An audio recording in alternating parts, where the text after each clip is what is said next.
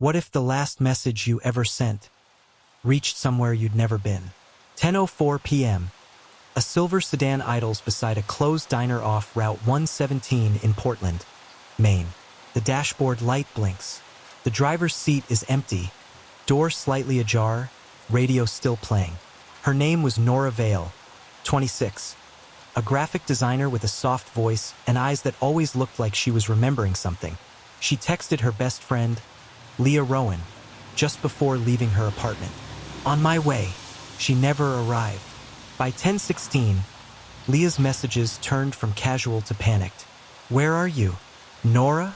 You said 5 minutes.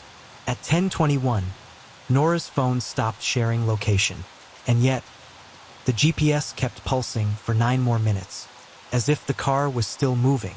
When Detective Renee Calder reached the scene, the engine was still warm. The driver's seatbelt was buckled, but no one had been inside. She leaned in, recording her notes on the old tape recorder she carried everywhere. It smells like rain and engine oil, she murmured.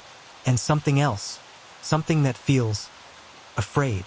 On the passenger seat, Nora's faded blue ribbon, the one she wore since childhood, folded carefully beside an open sketchbook. Every drawing inside showed the same road, the same turn, over and over.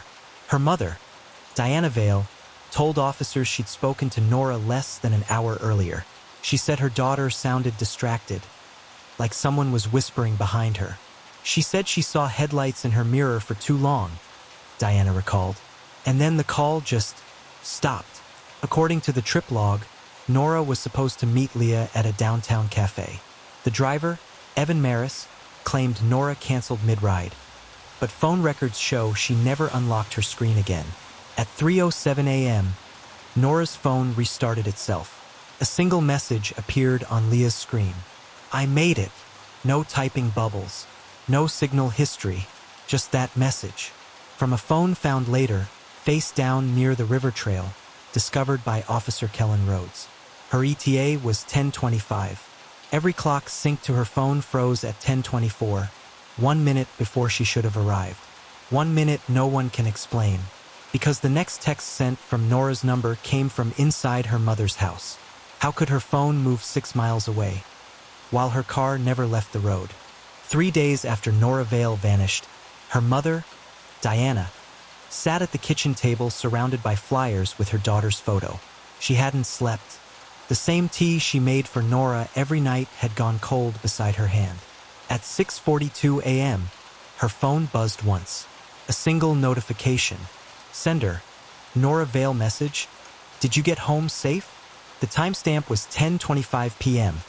The same minute Nora's phone had stopped transmitting location data. But the message arrived 3 days late. Diana stared at the screen, frozen. The police confirmed the message hadn't been received from any known network tower, just appeared in her inbox. Unsent but logged. Detective Renee Calder replayed the digital report again and again. The phone's IMEI was inactive, yet a ghost entry appeared in the carrier log. Pending transmission. It wasn't supernatural. It was human error, she told herself. A rerouted message from an overloaded network. Still, the delay made no technical sense. Renee drove back to the diner where Nora's car was found. Every minute there felt colder. The coffee cups on the counter were still stacked from that night, untouched. The waitress remembered Nora pulling in earlier that week. Alone. She asked if we had cameras in the parking lot, the woman said. Told me someone'd been following her home from work. Meanwhile, Leah Rowan, Nora's best friend, refused to delete the chat thread. She scrolled back through it every night, hoping for movement. A gray checkmark, a sign of life. The guilt was heavy in her voice during questioning. She said she'd finally tell me everything. She sounded scared, but calm. I told her I'd wait. Then I watched that little typing bubble disappear. Back at the Vale home, Owen, Nora's younger brother, stared at her desk. Her sketchbook was open to the same page, a half-finished drawing of a winding road. He noticed something he hadn't before, the outline of a second car in the corner. He didn't remember it being there when the police collected her things. He called Detective Calder immediately, But by the time she arrived, the page was gone, torn clean from the book. There was no trail, no sender IP, just the name Nora Vale and a message that shouldn't exist. Detective Renee Calder sat across from Evan Maris, the rideshare driver who'd been assigned to pick up Nora Vale that night. He looked calm, too calm, hands folded, eyes straight ahead. She got in, said she was meeting a friend downtown, Evan said. About 10 minutes in, she asked me to pull over near a convenience store. Said she needed to grab something.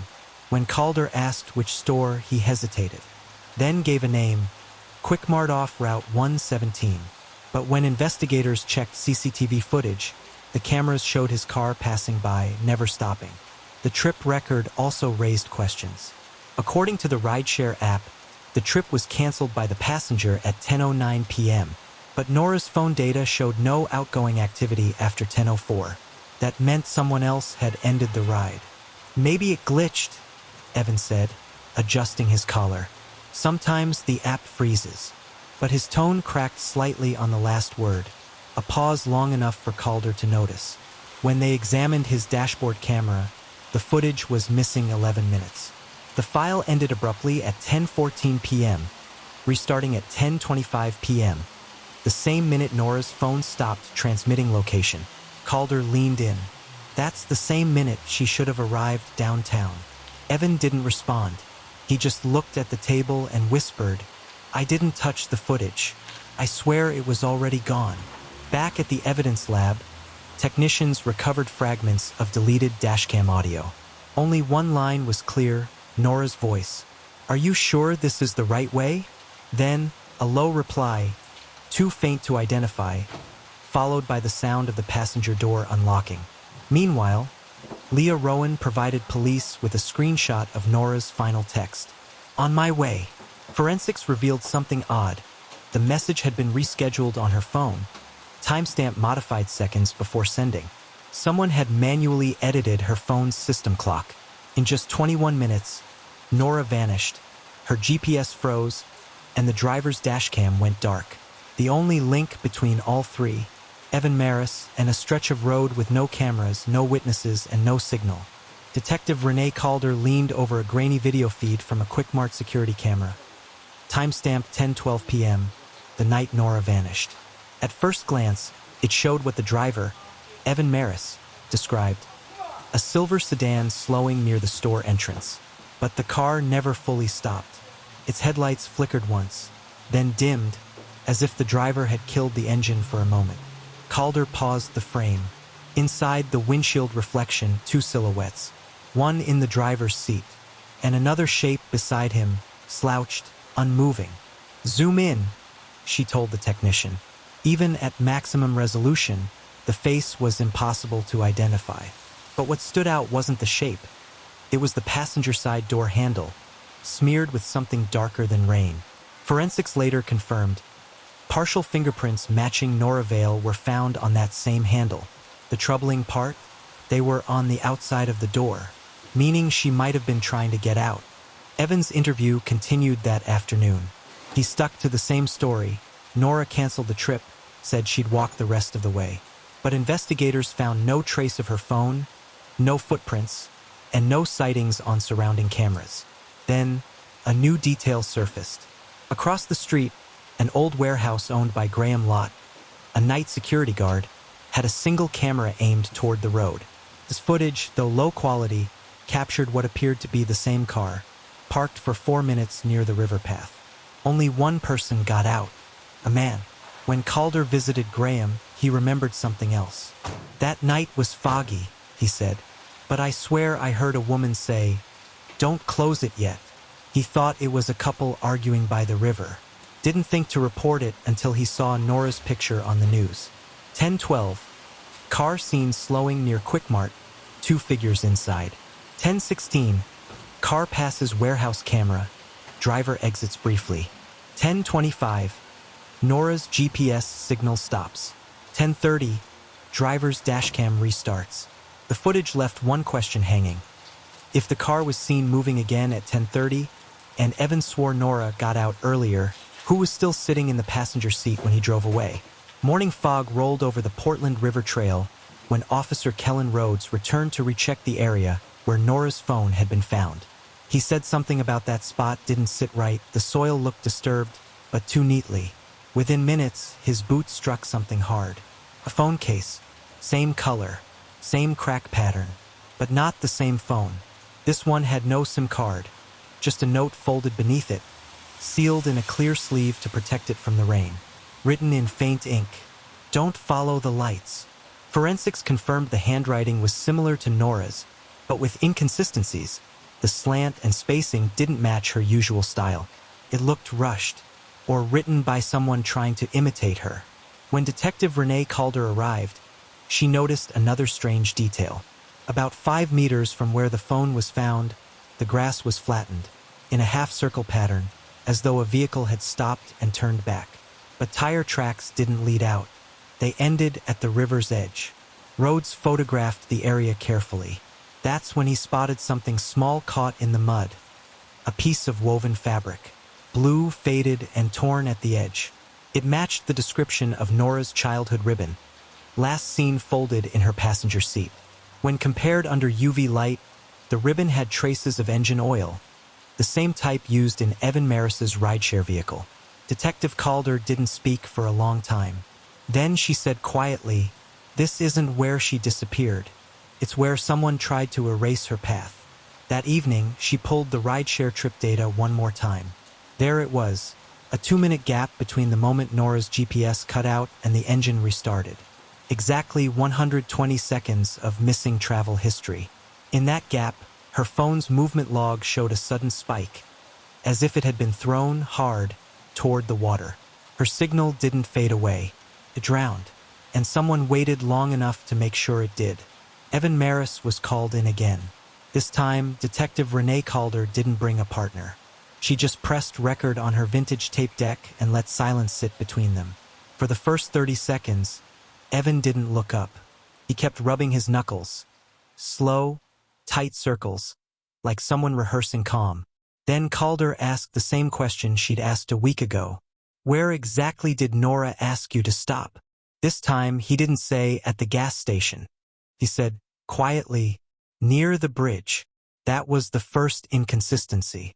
The trip log didn't include any bridge route. It showed a right turn toward the river trail where her phone was found. Calder leaned forward. "You didn't mention the bridge before. Why now?" Evan swallowed hard. "Because she wanted to get out. Said she saw someone she knew." "Someone she knew?" He nodded. "A guy, standing by the guardrail." She said his name like she was surprised. "I didn't catch it." Calder clicked her pen. "Did she get back in the car?" Evan hesitated. "No.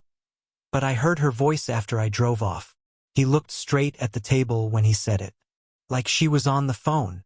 But the last call from Nora's number ended before 10:10 p.m. No call was made after. The car's internal audio recording, synced to his rideshare app, captured the final 30 seconds of that trip. 2 voices, Nora's faint, nervous, and another male, lower, almost whispering. "Nora, you're not supposed to be here." Unknown male. "Neither are you."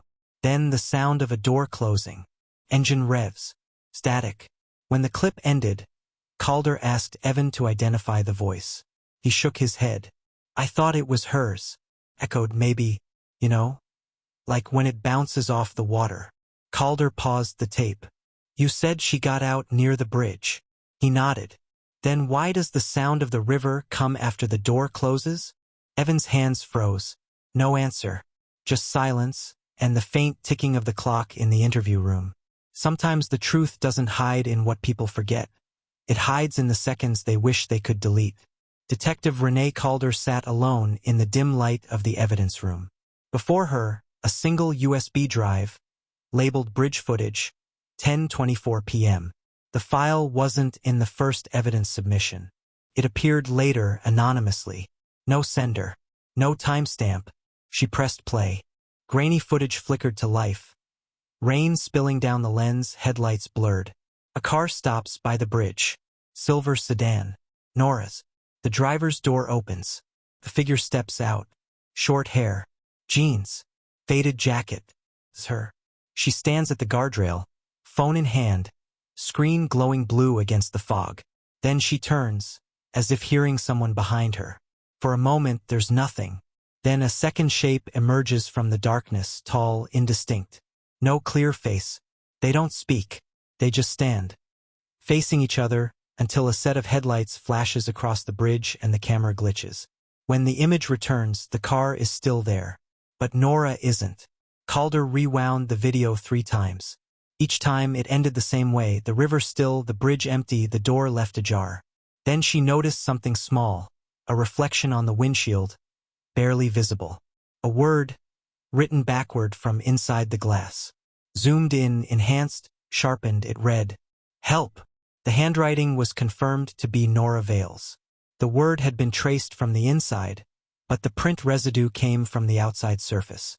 No signs of struggle, no new fingerprints, and no confirmed suspect. The case remains open. Leah still keeps the last text. "I made it." Owen leaves his sister's blue ribbon tied to the bridge rail every month. And Diana Vale still brews 2 cups of chamomile tea every night. One for herself, one for the daughter whose ETA never arrived. Because in some stories, the truth doesn't end, it just stops answering. "Candle," she texted, "on my way." She never arrived. Magnifying glass tilted right case. Nora Vale round pushpin status. Still under investigation. If the story gripped you, subscribe to The Veil of Secret for more true stories that stay with you long after they end. Candle, The Veil of Secret, because some truths whisper louder in silence.